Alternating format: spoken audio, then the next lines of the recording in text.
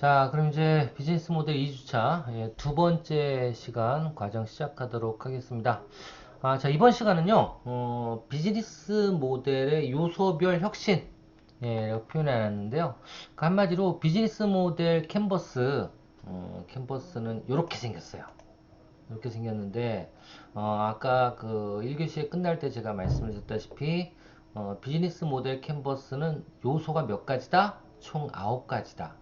첫 번째 고객 세분화, 두 번째 핵심 파트너, 세 번째 핵심 역량, 핵심 자원, 가치 창출, 고객 관계, 유통 채널, 수익 모델, 비용 구조. 이렇게 해서 총 9가지 부분에 대해서 다시 왔다 갔다 한번 해볼까요? 어, 저 위에 보면 요거는 몇 가지였어요. 같이 제한할 수 있는 게 하나, 둘, 셋, 넷, 다여, 일곱, 여덟, 아홉. 이것도 9가지네요. 9가지인데 얘네들은 가치 요소를 이런 걸로 봤는데 비즈니스 모델은 가치 요소를 뭘로 봤어요? 지금 이 9가지를 봤어요. 그래서 이 9가지에 대해서 어떻게 해요? 새롭게 가치를 만들어내면 그게 새로운 비즈니스 모델이 된다라는 거예요. 그래서 오늘은 이 9가지 요소들을 어떻게 하나하나 가치를 만들어내는지 그 방법에 대해서 한번 얘기를 해보고 사례도 하나씩 하나씩 오늘부터 이제 찾아보는 시간을 가질 거예요. 아시겠죠? 그러니까 이 판은 한마디로 기존의 사업을 하나씩 하나씩 요 항목마다 바꿔보는 거예요. 어떻게 바꿀까? 바꿔보는 겁니다. 자, 오늘은 첫 시간인데 가장 중요한 요소가 이 중에 어떤 걸까요? 바로 이겁니다. 고객. 그러니까 비즈니스 모델 캔버스를 그 만든 이 그 오스왈드라는 학자는 비즈니스 모델, 그러니까 비즈니스를 새롭게 만들기 위해서 가장 중요한 것은 고객을 바꾸는 거라 그랬어요. 고객을 바꾸는 거, 고객을 바꾸는 거. 그래서 그런 게 어떤 게 있는지 한번 볼까요? 자, 한번 들어가 보도록 하겠습니다. 음, 지금 여기 보면 뭐 여러분들 골프 좋아하시는 분들 많은데요. 예, 저는 또그 한번 개강배 골프 대회를 한번 열어야 되는데 이게 다 성인 합숙자들이니까 여하튼 농담이고요. 캘로웨이라는 이 유명한 그 골프채 회사죠. 근데 이 캘로웨이라는 회사는 왜 성공을 했냐면 이 빅버사라는 이 드라이버를 만들면서부터 드라이버가 뭐냐면 골프 칠 때 가장 큰 채예요. 가장 큰 채. 가장 멀리 날아가고 가장 큰 채. 그래서 이게 티샷이라 그러죠. 골프를 시작할 때 제일 먼저 공을 놓고 치는 채 중에 하나인데 그걸 드라이버라 그러는데 이 드라이버 채는 뭐 저도 마찬가지면 저가 팔이 짧아가지고 이 거리가 안 나요 저는. 여하튼 음 근데 이 드라이버 같은 경우에 그 고객이 구매할 때 첫 번째 가치는 뭘까요? 첫 번째 가치는 멀리 치고 싶은 아마 생각들이 가장 많을 거예요. 그쵸? 그래서 이 당시만 해도요.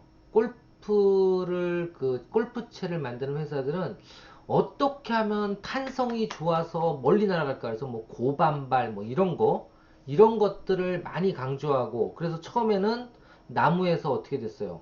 이런 티타늄으로 바뀌고 쇠 재질로 바뀌고 그래야지 탄성이 더 세기 때문에 더 튕겨서 멀리 날아가거든요.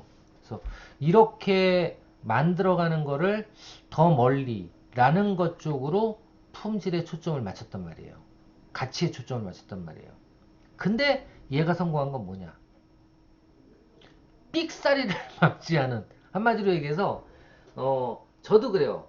어떻게 보면 고객 그 가치들 중에서 여러 가지 가치가 있지만 골프 이 티샷을 칠 때 가치는 멀리 나가고 싶어하는 가치도 하나 있어요. 고객이 원하는 가치 중에 또 가치가 어떤 게 있을까요? 그렇습니다. 삑사리가 안 나고 정타로 맞는 그러니까 한마디로 방향성이 좋은 그걸 원하는 고객들도 있어요. 근데 이전까지만 해도 방향성에 대해서 그 품질의 그 가치를 높이려는 채들은 없었단 말이에요. 뭐만 멀리만 보낼 수 있는 채만 만들려고 했단 말이에요. 그래서 이 니즈가 또 다른 니즈가 있구나라고 이 켈러웨이 회사에서는 생각을 하고 뭘 만들어낸 거죠? 맞습니다. 정확하게 치고 앞으로만 정타로 쫙쫙 날아갈 수 있게 채를 만들 수는 없을까? 그걸 고민하다 만든 게 뭐냐? 예, 바로 뭐냐면 여기다 적어놔야겠다. 삽입.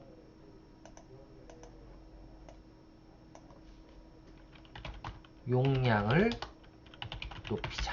이거였어요. 그러니까는 드라이버의 최적이라고 할까요? 부피 또는 용량을 높여버리자. 그러면 그러니까 쉽게 맞는 데 있잖아요. 맞는 데를 높여버리자. 그래야지만 어떻게 된다? 예, 더 정타를 때릴 수가 있다. 예, 그죠? 그래서 이거를 만들자 이렇게 생각을 했던 거예요. 이걸 만들자. 그러니까 예를 들면 보면 여기도 드라이버 한번 볼까요? 다시.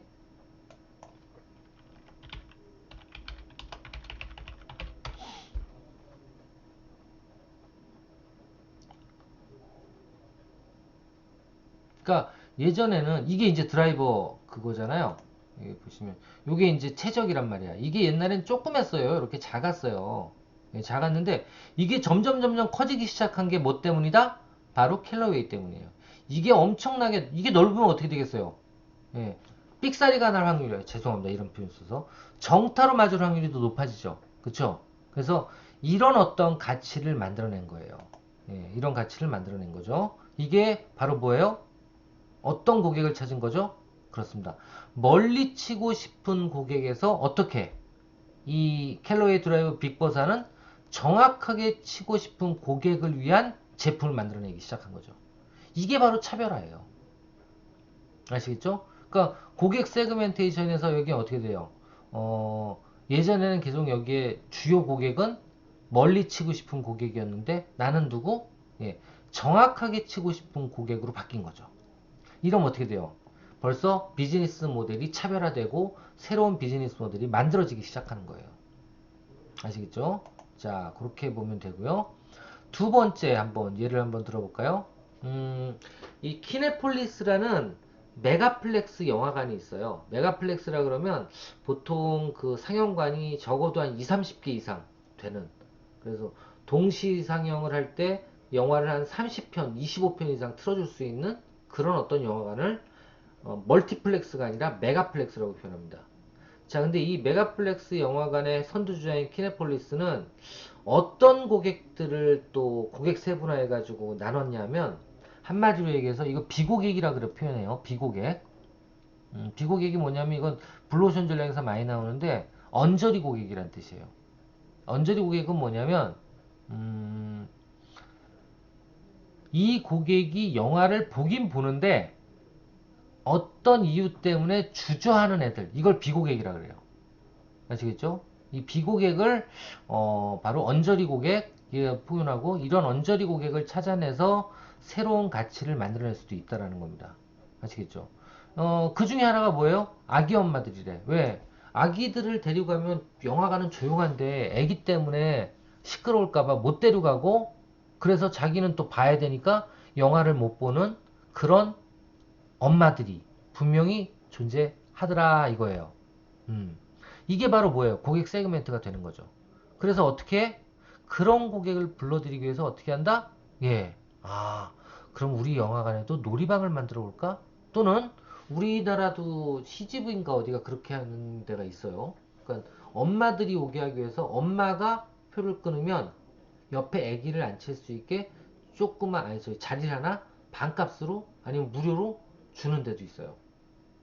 그죠? 여하튼 이런 식으로 해서 새로운 서비스를 제공하는데 그 제공하는 원인 중에 하나는 뭐예요? 고객을 세그멘트 하는 겁니다. 아시겠죠? 그래서 이 고객 세그멘트는 여기 표현한 것처럼 고객들은 어떤 가치들을 추구하는가 이걸 따져볼 수도 있고요. 아까 이 빅보사처럼 그죠? 두 번째 누가 미래의 고객이 될까? 이건 뭐예요? 그래서 햄버거 맥도날드는 누굴 노려요? 어린이의 입맛을 노리자. 왜? 얘네들이 미래에는 내 고객이 될 수가 있으니까. 주요 고객이. 그쵸? 그리고 또 미래의 고객이 될 수 있는 사람들은 누굴까요? 저는 계속 얘기하지만 시니어층이에요. 그래서 이런 것들 한마디로 지금 투자자들 제가 가끔가다 만나면 투자자들이 맨날 하는 얘기가 그거라니까요. 야, 요즘에는 시니어들을 대상으로 고객 그 목표로 해가지고 만든 어떤 사업 모델 없어? 이렇게 물어보는 경우도 있어요. 왜? 시니어들은 앞으로 계속 늘어날 거니까. 그렇죠? 그리고 또 뭐 이건 평범하지만 새로운 가치 제한. 이건 제품이나 품질에 대한 부분이죠. 이런 것들도 있을 수가 있고요. 그리고 마지막으로 완전히 다른 층. 그러니까 뭐냐면 여성들만 써야 되는데 이거를 남성한테 한번 도입하려면 어떻게 해야 될까? 이런 것들이 새로운 비즈니스 모델이 나올 수 있는 거죠. 그래서 제가 이거 제일 처음에 아마 창의력과 혁신에서 설명드렸던 내용인데 그렇죠? 만약에 그 생리대 이건 여자들만의 소유잖아요. 근데 이거를 애기들한테 채워볼까? 그게 뭐야? 그게 일회용 기적이라니까요. 그리고 이거를 실버들한테 한번 채워볼까? 이게 바로 뭐예요? 노인용 패드예요. 그죠? 근데 예를 들면 근데 이거를 남성 노인들한테 채워볼까? 그럼 어떻게 돼요? 남성용 실버 팬티가 나올 수 있는데 그런 모양이 아주 재밌어질 거다. 우리나라는 아직까지 없는 것 같다. 이런 것도 얘기 드렸죠. 그런 거예요. 그래서 완전히 다른 층에게 고객 세그멘트를 먼저 하면 새로운 사업 모델이 나올 수 있다라는 겁니다. 그럼 이제 어떻게 되는 거예요? 이게 바로 요 부분에 세그멘트가 되면 나머지가 거기에 따라서 다 바뀌어야 돼. 그죠? 그 바뀌는 아이디어를 다 적으면 하나의 사업이 완성이 되는 거예요. 그 첫 번째 단추가 고객 세그멘트입니다. 고객 세그멘트. 고객이 달라져야 돼요. 다시 한번 얘기하지만. 자, 또 이런 것도 있죠. 고객을 세그멘트한 사람들 중에 하나가 나이키 플러스라는 제품은 이게 뭐예요? 비고객이 누구냐면 운동량이 적은 청소년이에요. 그러니까 얘네들 뭐 하는 애들이에요? 주로 게임이나 하고 전자제품 좋아하고 전자제품 만지길 좋아하고 하니까 어떻게 했어? 나이키가 신발이 안 팔리니까 애플이랑 같이 제휴를 맺어서 어떻게 했어요? 신발 깔창에다가 요 깔창 요쪽에다가 뭐 했어요? 센서를 달아서 어떻게 했어요? 예, 그걸 애플 와치에 표현할 수 있도록 나타날 수 있도록 해서 뭐래요? 이거 재밌네. 내가 몇 걸음 걸었네. 이걸 확인할 수 있게 하면서 신발이 팔리게 한 거죠. 예, 그래서 여기서는 고객이 누구예요? 고객이 신발을 안 신고 다니는 운동량이 적은 청소년들이 고객이었어요. 음, 이 사람들한테 어떻게 전자기기와 연동이 돼서 호기심과 재미를 불러일으키게 했더니 어떻게 해요? 신발을 살 때마다 나이키 플러스를 사더라. 그래서 매출이 젊은 층들한테도 향상이 되더라 라는 거예요. 이렇게 해서 고객을 세그멘트 할 수가 있고요. 또 어떤 고객이 있나 볼까요? 여기 보면 이런 것도 될 수가 있습니다. B2B 고객을 B2C 고객으로 바꾸는. 무슨 얘기냐면 기업 대상으로만 판매되던 제품을 일반 소비자한테 판매시키는. 그 중에 유명한 게 이제 컴퓨터죠. 컴퓨터 같은 경우엔 원래는 기업이나 사무용으로만 만들어지다가 아니면 연구용으로만 만들어지다가 이게 개인한테 싹 다 보급이 되기 시작했고요. 그쵸? 프린터도 마찬가지예요. 처음에는 이 프린터 같은 경우에 사무용으로만 만들었고 그리고 사무기기 대여하는 게 주로였는데 이게 어떻게 됐어요? 이제 개인용 컴퓨터, 개인용 프린터가 생기면서 가정에도 도입이 되기 시작했죠. 그러면서 또 다른 시장이 열린 거예요. 그쵸? 또 커피 머신 같은 경우에도 마찬가지입니다. 이거는 예전에는 드랍 커피라 해서 큰 뭐 1000만원, 뭐 2000만원짜리 커피 머신들이 주로 있었다면 요즘 들어서 어떻게 됐어요? 이제 가정용 커피 머신들이 생겨나기 시작했죠. 또 요즘에 뜨는 3D 프린터 같은 경우에 또 마찬가지예요. 처음에는 어쨌든 기업 아니면 B2B 시장을 먼저 공략합니다. 근데 요즘에 보면 여기도 사진에도 나와 있지만 이런 피규어를 좋아하는 사람들은 이 피규어를 가장 3D 프린터가 만들기 쉽다면서요. 그래서 개인용으로 만든 그런 어떤 그 3D 프린터들이 지금 시장에 엄청나게 큰 돌풍을 일으키고 있어요. 그렇죠? 그래서 일단 고객 세그멘트 중에 또 다른 방법 중에 하나는 뭐다? 예, 그렇습니다. B2B 시장을 B2C 시장으로 바꾸는 것. 이렇게 따지면 이런 것도 있겠죠. 국내 도메스틱에서만 판매되던 제품을 어떻게 하면 해외로 판매할 수 있을까? 이것도 고객을 바꾸는 거예요. 아시겠죠? 거꾸로 해외에서만 판매되던 제품을 어떻게 하면 국내 소비자들한테도 판매할 수 있을까? 이것도 고객을 바꾸는 거예요. 그러니까 하여튼 고객을 바꾸게 되면 새로운 시장이 열린다 라고 생각을 하시면 될 것 같습니다. 자, 그러면 또 넘어가 볼까요? 자, 이거 같은 경우에 이제 글로벌이에요. 이것도 하나의 지금 큰 시장이라 그러는데요. 글로벌 BOP라고 표현해, Bottom of 피라미드라는 표현입니다. 이게 뭐냐면 저소득층이란 뜻인데 한마디로 저개발국에 대한 시장을 공략하는 거예요. 그래서 예전에는 중국이 지금은 가장 그 개발도상국이었는데 요즘에 중국 장난 아닙니다. 예, 중국 말고 어디? 인도 시장, 이런 시장을 이제 BOP 시장이라 그래요. 아시겠죠? 이 시장이 지금 그 시장 가치는 5조 달러가 넘는데요. 5조면 얼마야? 5조면 5천조인가? 5천조. 한 6천조 정도 되는 큰 시장이에요. 이런 시장에 어떤 제품이 있다면 어떻게 맞춤으로 들어가면 판매가 일어날까라는 생각들을 여러분들이 한다면 아주 큰 시장을 점령할 수 있다라는 겁니다. 그래서 이런 고객은 이렇게 여러 가지로 바꿀 수가 있다는 거예요. 그래서 이렇게 바뀐 고객들을 먼저 세팅을 하는 게 바로 이 비즈니스 모델 캔버스의 첫 번째 요소인 고객 세분화입니다. 아시겠죠? 그러니까 어떤 걸 넣어야 되는 건지 아시겠죠? 이제 요 내용에는. 그러니까 기존에 있던 어떤 제품이나 서비스의 고객이 아닌 새로운 고객을 앉히는 거예요. 그게 고객 세분화입니다. 아시겠죠? 자, 고객 세분화 이해를 해주세요. 그래서 여러분들이 이렇게 해서 하나하나를 오늘부터 이제 어떻게 바꿔나가야 될지를 배우시는 거예요. 자, 그럼 여러분들도 지금 이거 한꺼번에 하려고 하면 안 돼요. 내 제품이나 내 서비스 이런 게 있다면 이런 거는 이런 고객한테 한번 해보는 사업을 하면 어떨까라고 한번 생각을 해보고 여기다 한번 적어보세요. 아시겠죠? 제가 이거 파일 안 올려드렸나요? 파일도 같이 올려드리도록 할게요. 아예 그냥 이 파워포인트 파일로 올려드릴게요. 자, 그러면 이제 두 번째 요소는 어디로 넘어가야 되냐면 이게 1, 이게 1번, 이게 1번이면 이제 2번은 어디로 가야 되냐? 2번은 1로 가야 됩니다. 두 번째가 여기에요. 가치 창출해서 value proposition이라고 표현을 하는데요. 가치 제한, 뭐 가치 창출 이렇게 표현을 합니다. 자, 가치는 어떻게 창출해내는 건지 일단 이게 정해져야지만 이게 정해지는 거예요. 아시겠죠? 이게 정해져야지 1번이 정해져야지만 2번이 정해질 수 있는 겁니다.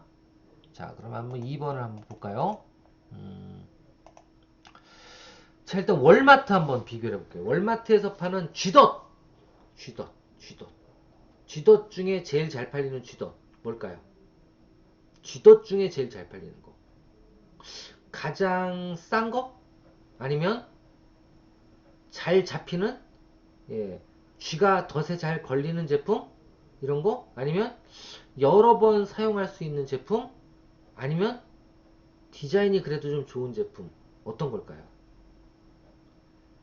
고객의 니즈를 파악해 보니까 여기서 가장 중요한 게 뭐냐면 이 가치 모델을 만들어낼 때는 특정 고객이 분명히 정해져야 돼요. 그래서 이 1번이 무조건 정해져야 되는 겁니다. 1번이 정해지면 그 다음에 생각해야 되는 게 뭐냐면 그러면 1번이 정해지면 자 그럼 쥐 덫을 사려는 사람들은 어떤 걸 가장 불편해하고 어떤 걸 가장 어려워할까 라고 파악을 해보니까 쥐덫을 만든 얘네 회사가 만든 걸 보니까 뭐냐 디자인도 필요 없고 싼 것도 필요 없고 여러 번 사용 가능한 것 더 필요 없고 디자인이 좋은 것도 필요 없고 제일 불편해하는 게 뭐냐면 잡힌 쥐를 꺼내는 걸 가장 혐오스러워 하더라.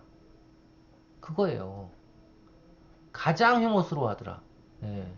어떤 좀 변태적인 분들은 거꾸로 이렇게 생긴 걸 가장 좋아한다고도 하더라고요. 한 다음에 죽을 때까지 물속에 담가놓은대.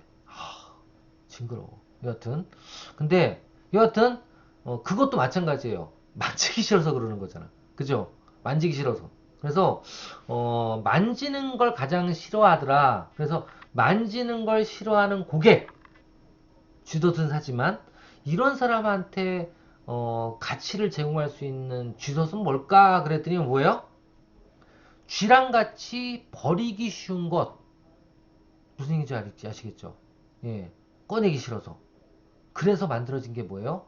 이런 끈끈이 쥐덫이에요. 그냥 잡히면 어떻게 돼? 잡히면 끈끈이 붙은 걸 쭉 말아가지고 버려버리게. 어디다가 쓰레기 봉투에 버리든 아니면 뭐 어디 그 폐기 처분할 수 있는 봉투에다 버리든 그렇게 해서 버릴 수 있게 만지지도 않고 아시겠죠? 이게 가장 잘 팔릴 때라는 거예요. 왜? 이거에 대한 핵심은 뭐죠? 왜 잘 팔린 거예요? 고객에 대한 니즈를 정확하게 파악을 했기 때문에 그런 겁니다. 바로 이런 거예요. 그래서 먼저 첫 번째로 해야 되는 건 뭐냐면 가치 프로포지션, 가치를 창출하기 위해서 첫 번째 해야 되는 건 고객들이 가장 불편해하고 가장 바라는 게 뭔지를 파악하는 것부터 시작이 돼요. 아시겠죠? 그렇게 생각을 하시면 됩니다. 자, 그래서 여기 나와 있죠. 가치 제한이란 뭐냐? 가치 제한은 특정 고객이 필요하는 가치를 창출하기 위한 상품과 서비스를 조합하는 거예요. 아시겠죠? 자, 요거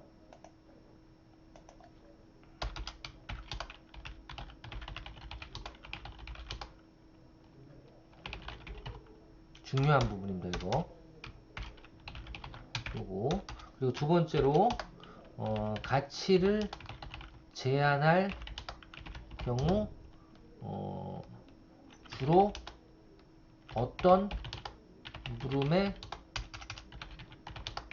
답변을 해야 할까?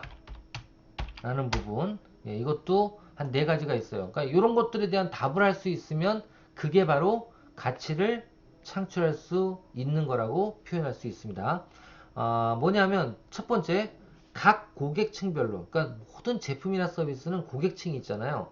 고객층별로 어떤 니즈들이 있는지, 어떤 불편함이 있는지, 어떤 바라는 점이 있는지를 파악해서 가장 바라는 거를 공급해 주지 않고 있으면 그걸 공급해 주면 가장 좋다는 거예요. 아시겠죠? 그러니까 아까 이 쥐덫 같은 경우에도 일반적인 쥐덫은 이렇게 생겼다고. 넣으면 꺼내기가 불편해. 꺼내기 싫은데. 응?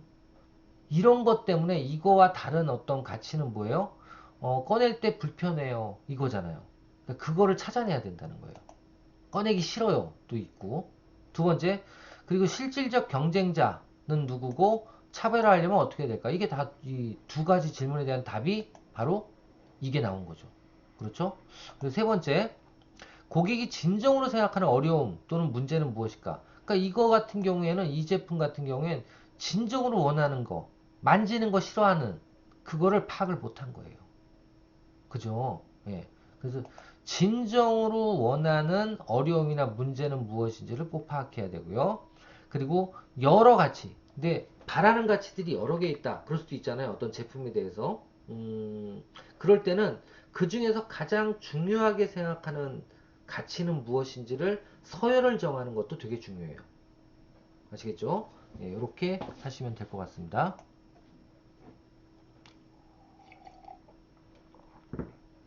자, 그럼 이제 가치를 제한하는 여러 가지 또 유형들이 있어요. 이따 또 적어드려야겠지.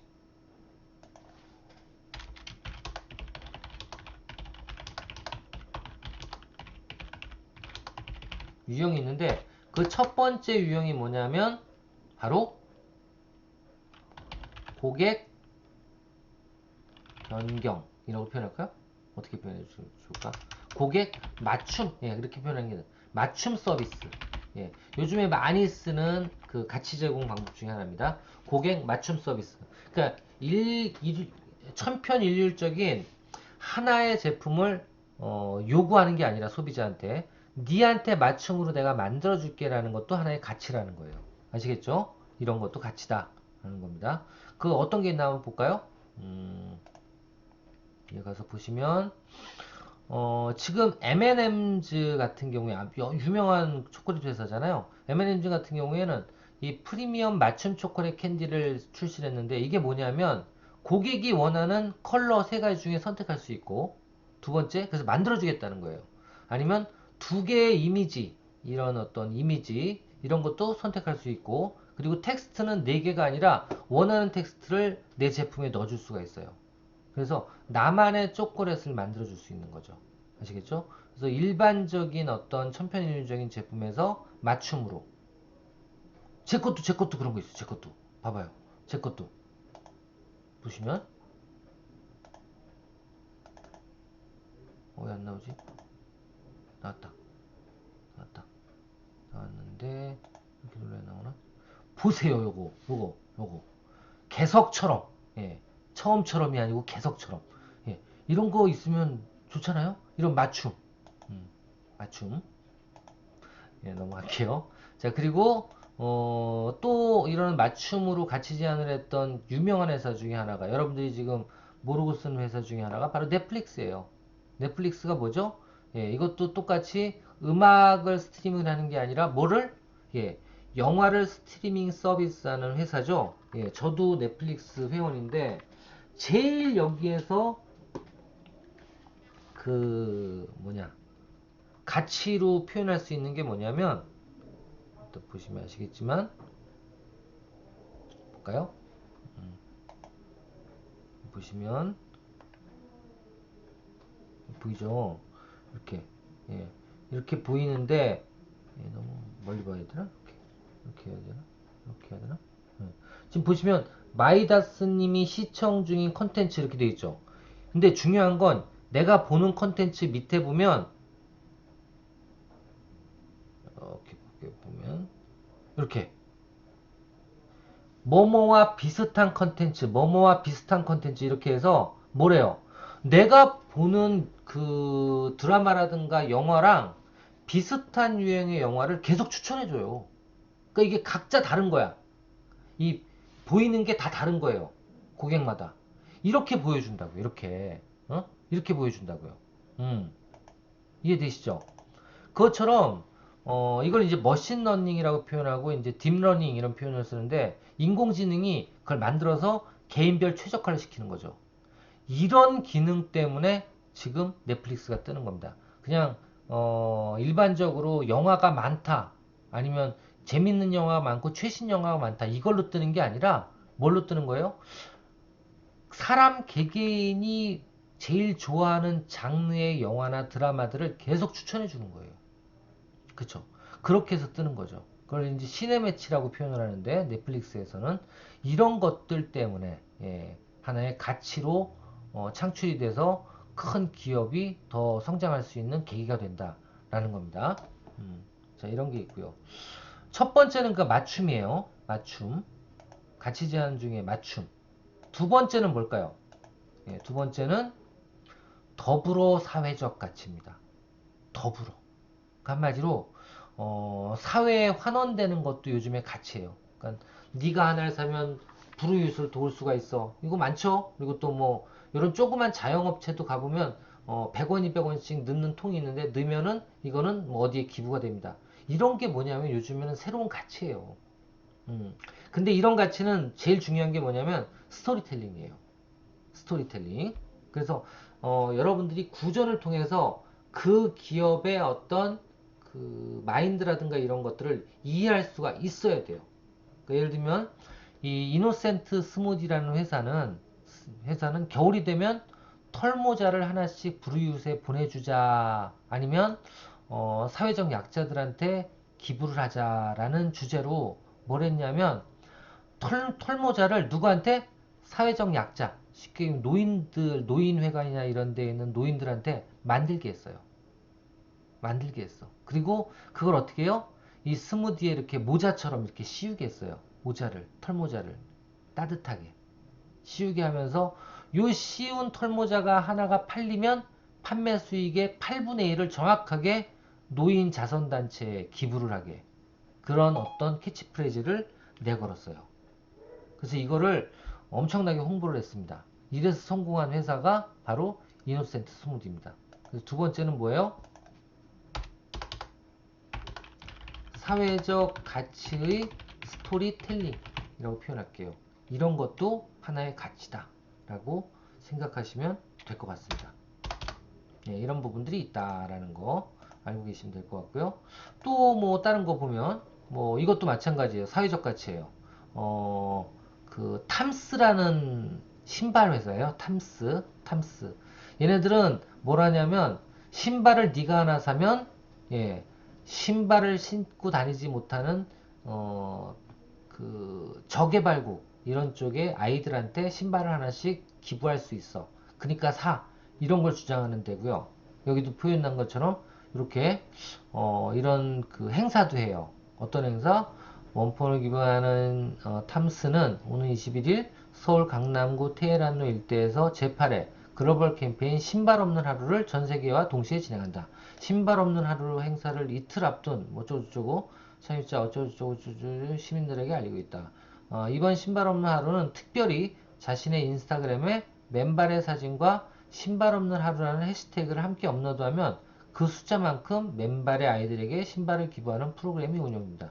그래서 핵심은 뭐냐면 이런 사회적 가치를 전달하고 행하는 기업들은요, 자신의 이런 뜻들을 이런 홍보라든가 프로모션을 통해서 계속적으로 알려야 돼요.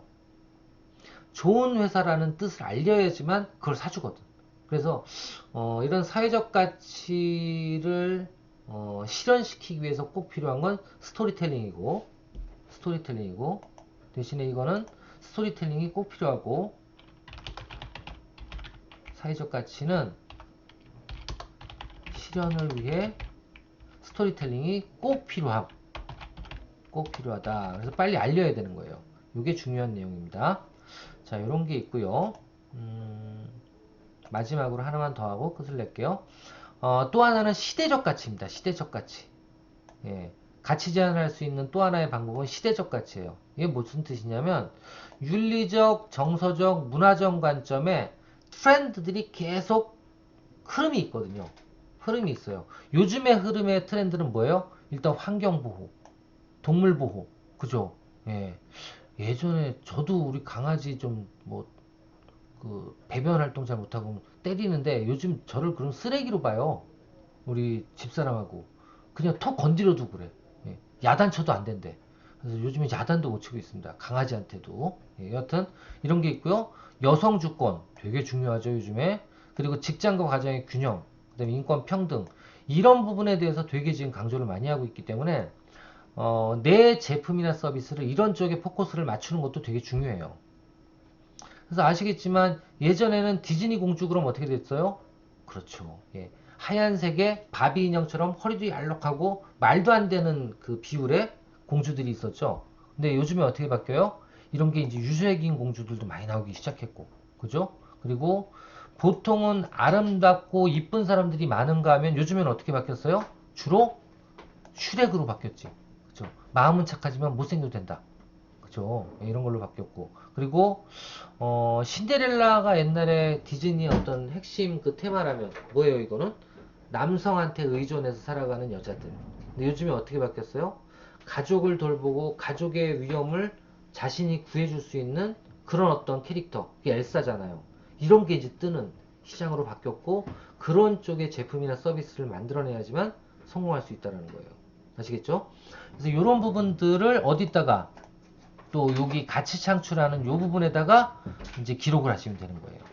아시겠죠? 이렇게 하나하나를 이제 여러분들이 만들어 나갈 수 있도록 저희가 사례라든가 아니면 그 이론적인 프레임워크를 계속적으로 설명을 드릴 겁니다. 자, 오늘은 이제 두 번째 것까지 설명을 드렸어요. 하나, 고객 세분화, 두 번째, 가치 창출까지 설명을 드렸습니다.